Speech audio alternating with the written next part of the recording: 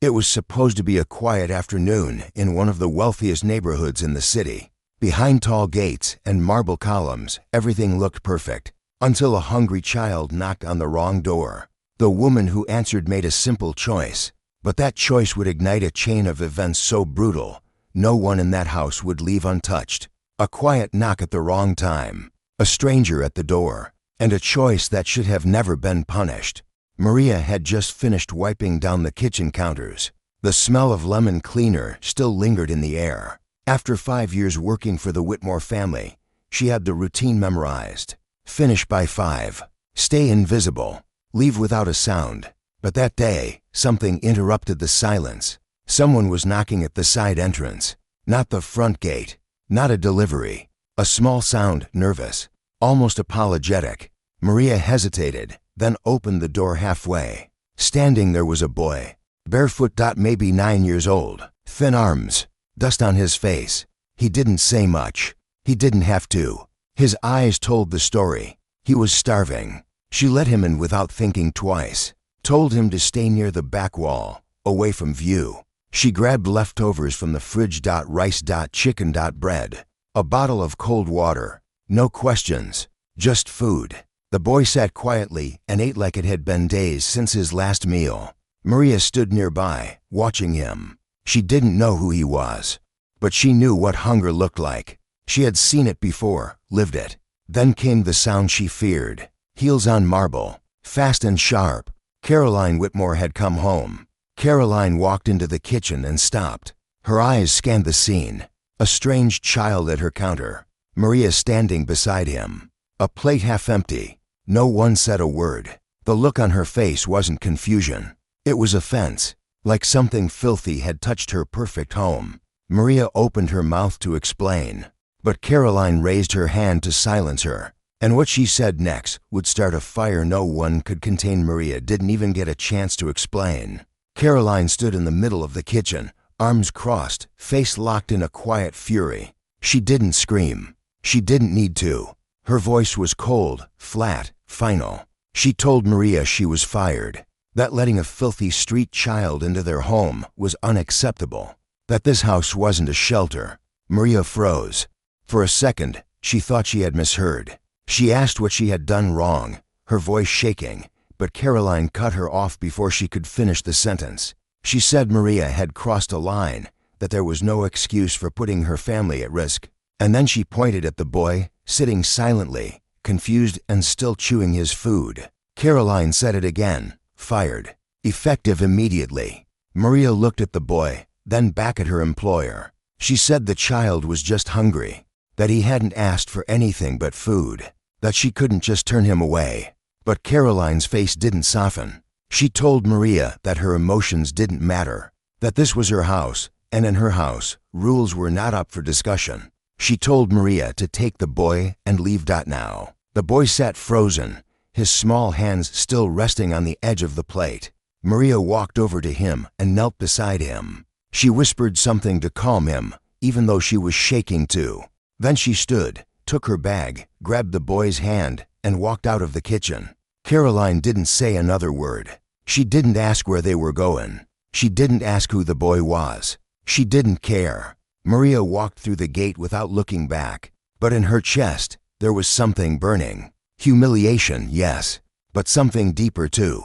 A quiet promise that this wasn't over, and she wasn't the only one who felt it, because that child, still holding her hand, was about to change everything for the people inside that house. Inside the house, Caroline went back to her routine, like nothing had happened. She poured herself a glass of wine, adjusted the flowers on the counter, and walked upstairs.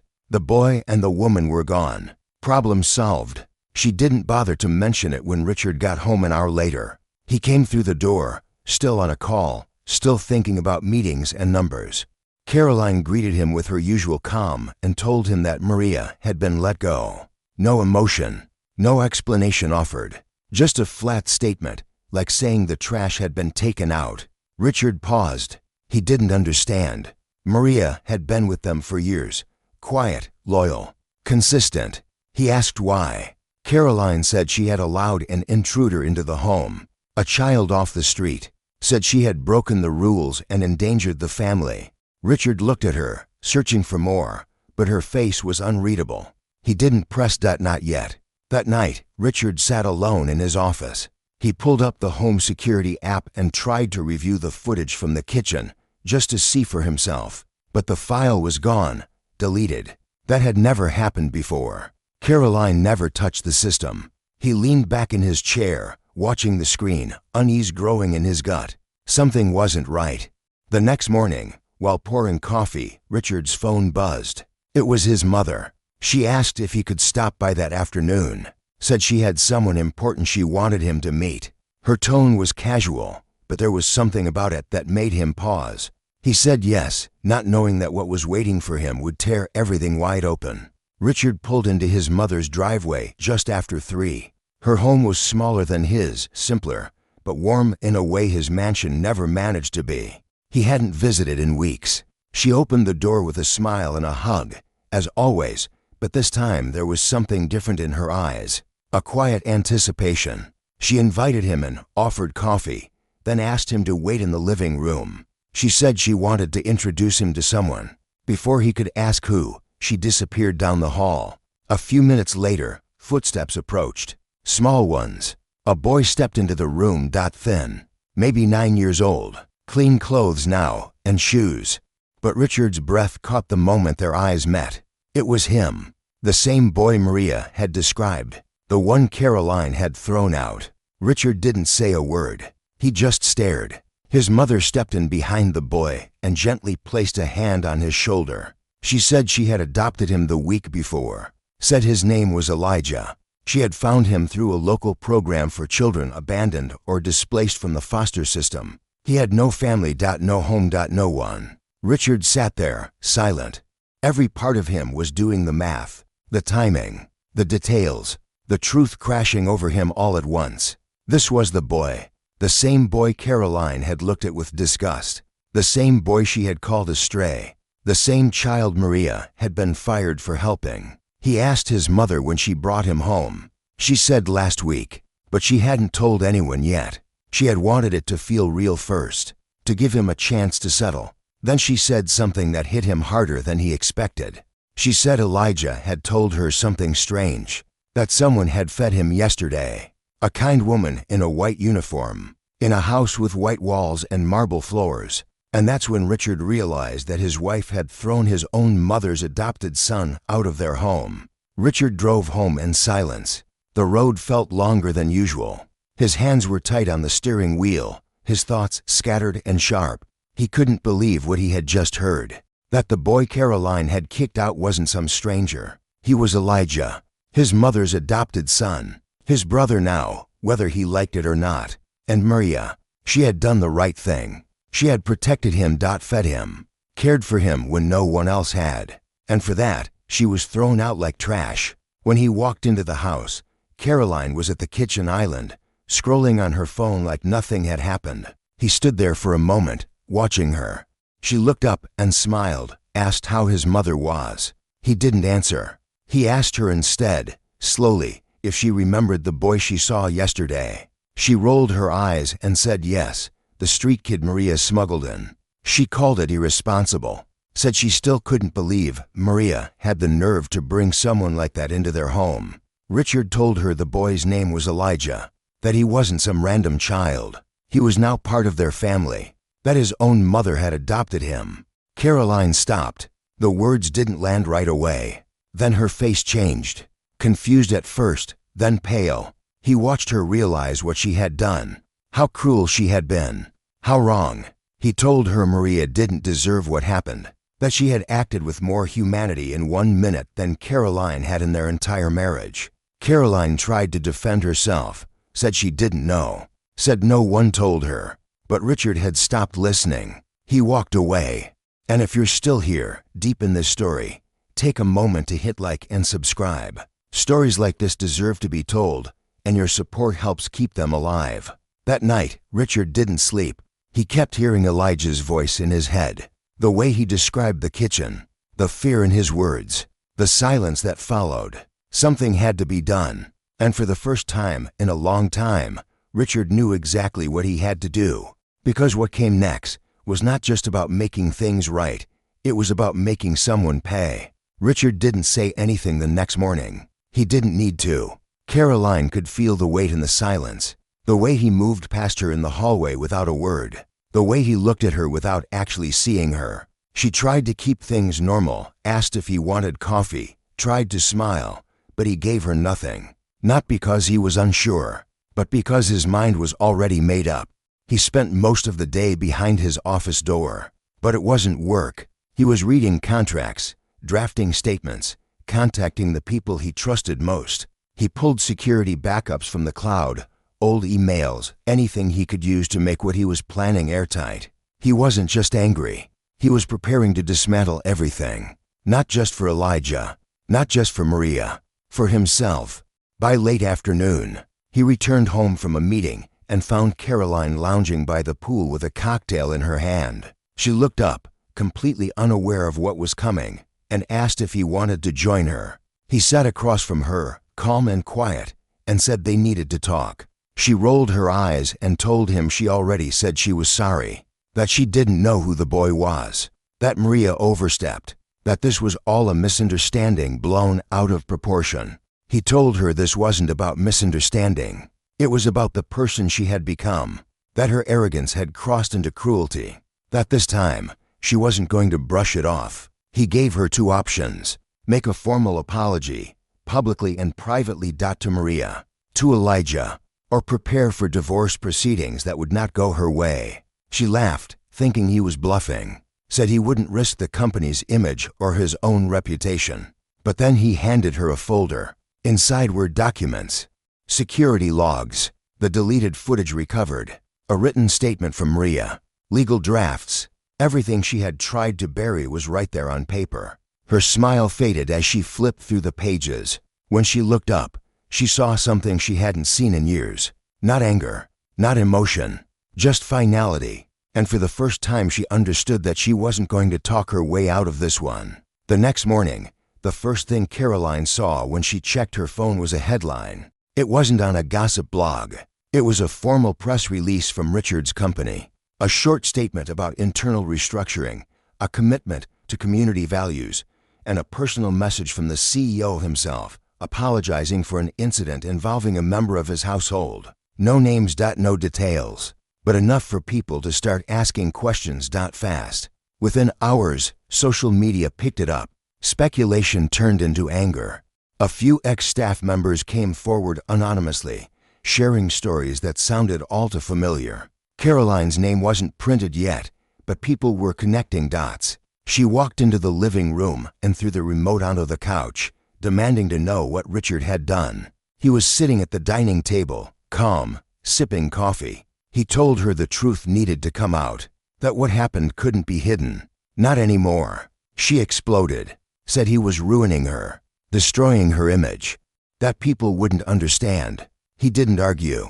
He just looked at her and said that people didn't need to understand her. They needed to see the truth. He told her Elijah was just a kid, a child she had humiliated and thrown out because of the way he looked, because he didn't fit her picture of who belonged, and that was never going to be acceptable again. That afternoon, Maria received a call from Richard's office, a formal apology, a job offer, not as a housekeeper, but as the new director of community outreach for his foundation. Full benefits, full respect. Maria said she needed time to think, not because she was unsure, but because she had spent her entire life being overlooked, and this time, she wanted to be the one to decide. By evening, Caroline's phone wouldn't stop ringing. Journalists, friends, sponsors, all of them looking for answers.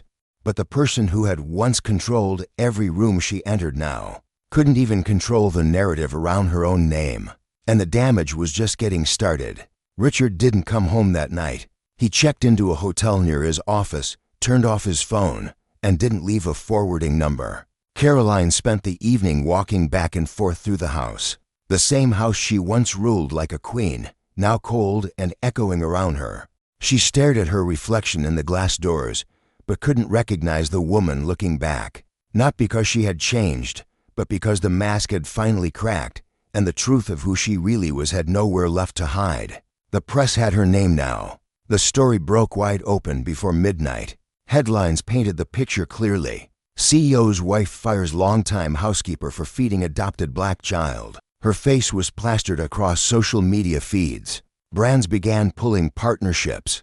A speaking engagement she had lined up for the following month vanished from the website. Sponsors issued quiet statements. Apologies. Distancing. Caroline made calls, sent messages, tried to get in front of it, but no one answered. The same doors she used to walk through with ease were now slamming shut one by one. While she spiraled, Maria sat with Elijah in a quiet cafe on the other side of town. The boy looked different now. Still quiet, still watchful, but calmer.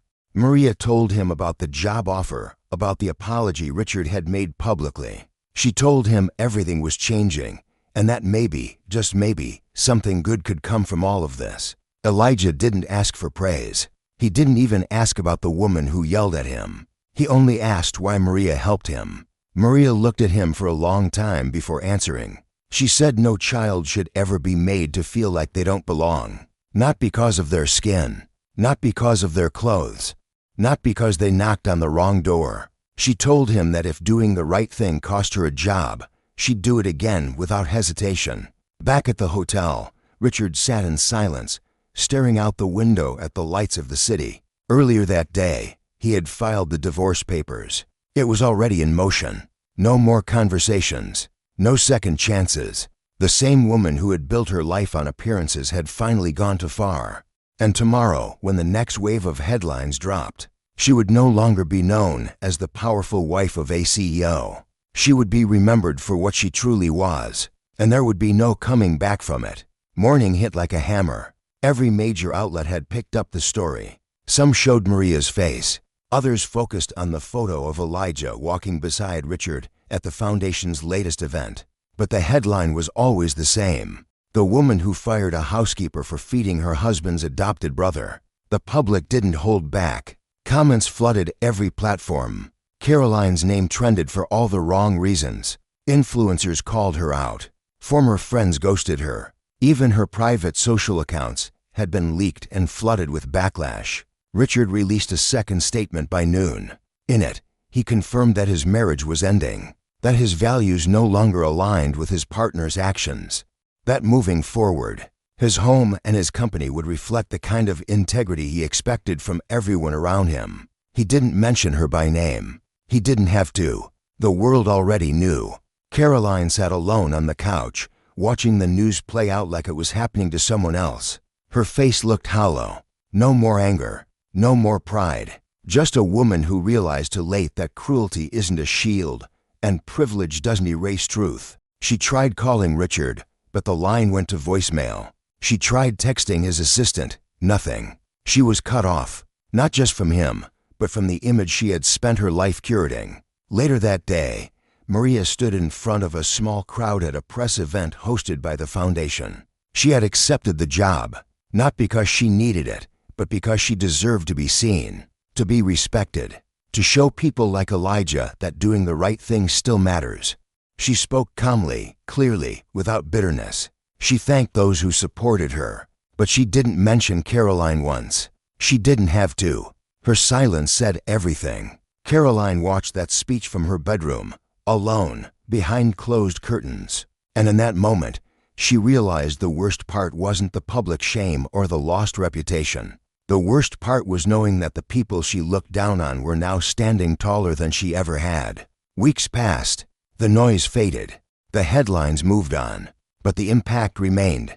Caroline sold the house, quietly, discreetly. There were no parties, no farewells, no posts about new beginnings. She moved into a smaller apartment across town, far from the circles that once welcomed her. The doors she used to open with a glance now stayed closed. People didn't return her calls. Invitations stopped arriving. She had become a story people whispered about, not one they praised. Richard didn't speak of her again. He focused on rebuilding, not just his public image, but his values. He spent more time with his mother, with Elijah. He stopped treating his life like a brand and started treating it like something that mattered. The company's culture began to shift, and behind that shift was a single promise he made quietly to himself. Never let silence protect the wrong side again. Maria never returned to cleaning houses. She led programs across the city, helping families in need, mentoring girls who had been overlooked just like she once was. She still walked with humility, but now when she entered a room, people stood. They listened. They remembered.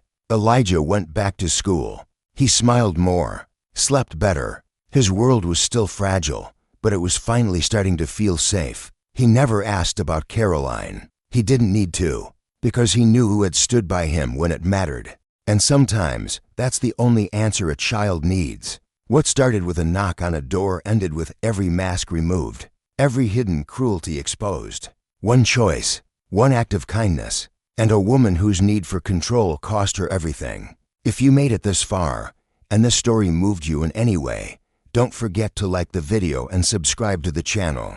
We bring you true stories like this every week. And trust me, the next one will stay with you just as long as this one.